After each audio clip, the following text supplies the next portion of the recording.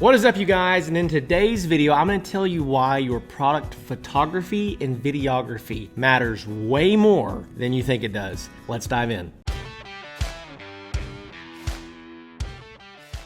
All right, well, welcome back to the show. Welcome back to the podcast. As always, I'm grateful for you, grateful for your time and your attention. And in today's video, we're going to talk about product photography and videography and why it's actually so important. This isn't going to be a really long video, but I hope that you actually leave this video taking it seriously and not just taking it as a suggestion. And so I remember one time I was working at a company that sold antler chandeliers. I remember one of the sales guys always harping about photography, and he told me one day that the photos that we take of these products are worth 50 times more than the products themselves. And that really stuck with me, and I had to really think about it. And he went on to explain that when you're selling in a virtual environment, whether it be online, over the phone, texting, you're emailing, you're on an online chat with people, which most of us are at this point, unless you're standing around the product in a physical location with your prospect, then the photos and the videos that you send are the only representation you have of the quality and the appearance and the aesthetic of the product. And so by capturing really great photos and really great video, you might be able to sell off of that product 5, 10, 50, 100 times because of really great photos or really great videos. Now, if you get really mediocre photos, really get mediocre video, then you're gonna have a challenge. It's not gonna be represented in its best light. I remember back in like 2018, my wife and I, we were looking for a house. And we were living in our first house, and Iron by Iron was expanding, and we were trying to find a house that had a shop instead of trying to move into the commercial lease space because we weren't quite ready for it yet. I remember we were on Realtor.com and we found this house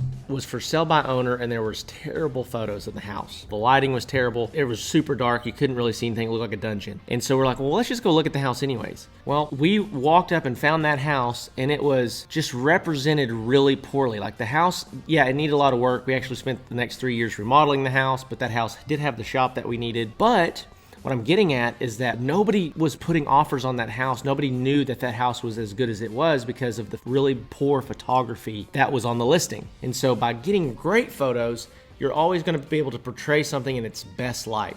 And that's something that I would highly, highly, highly encourage you to focus on. Again, the photos and videos you take are worth 50 to 100 to 500 times more than the products themselves. Since all of this happened, since I kind of came to this realization, there have been about a handful of photos, probably 10 photos, that I have taken or clients have taken inside of our business that has made our business hundreds of thousands of dollars. These photos and these videos, these pieces of content, are the things that have made us all of our money with advertising. If we did not have those assets, we would not have made that money. And let me be also very clear about this. The photos and videos that you get are actual assets in your business. They're actually assets like a tool would be. It's something that once you have it, you can use it again and again and again to get clients. Man, it's invaluable. You want to have a strong tool belt full of those assets. And so how do you do this practically, right? And so I was talking to one of our clients in the Woodworking Business Accelerator program yesterday about this on our coaching call, and he's a content guy. He's crushing it. Check out the Southern Craftsman on TikTok or Instagram. Tyler Shaheen, check him out. He's an incredible guy. I love him to death. And he's really done all the principles inside of our program, executed them flawlessly, and his business has more than doubled in the last 12 months. And so we were talking about how content slows you down. Capturing content does slow you down. And I've never been good at capturing content while making something, but I've always focused on capturing content when I'm finished, right? So like getting the beauty shots, getting the photos, the videos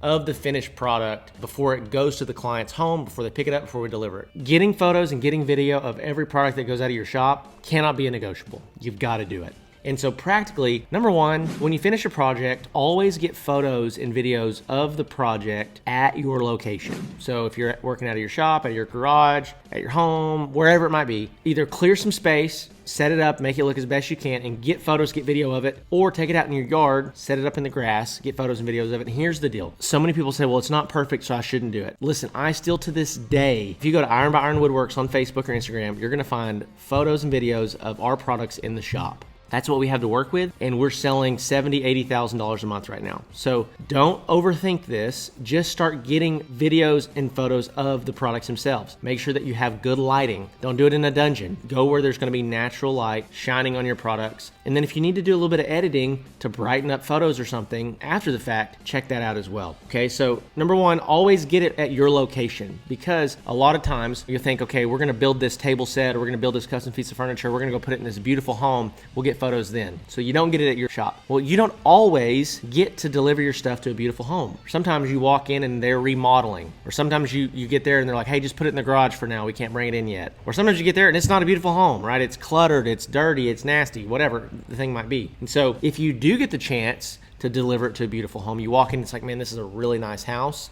It looks incredible in here. Slow down and get as much content as you possibly can while you're there. Get your camera, get your phone, whatever it might be, and get photos, videos to your heart's content. And here's the other big thing that I see a lot of people do is they'll pull their camera out and they'll snap like 2 or 3 pictures. Guys, hear me out. Take 50, 100, take more pictures than you can possibly use. And the reason is because some of those angles are gonna look really good, some of them aren't. And you need to take as many different angles as you can. You know, where you're level with the table, where you're here with the table, where you're taking an overhead shot of the table. You need to take as many photos as you possibly can and get as much video as you possibly can. One of the things that we do with video is that we'll start with our camera like on this corner of this table, for example. And we'll start with it really close, then we'll back it off to where we get the whole table and all the chairs in the field of view with the camera, and then we'll just walk down the wood grain and then we'll back off of it again to give an experience throughout the video. This has served us really, really, really well. When you take your photos, when you take your videos, don't just get a couple. Get a ton of them, and you can always delete the ones that aren't the best ones, but you want to have 5 to 10 actual assets, photos and videos that are really great by the time that you're done. And the worst thing you can do is deliver a table an hour and a half or 2 hours away and get back and be like, man, I should have got more content. And so make sure that you're capturing this content as much as you can. Your photos and your videos really matter, and it's going to be one of the number one things that's going to allow you to expand your business the fastest.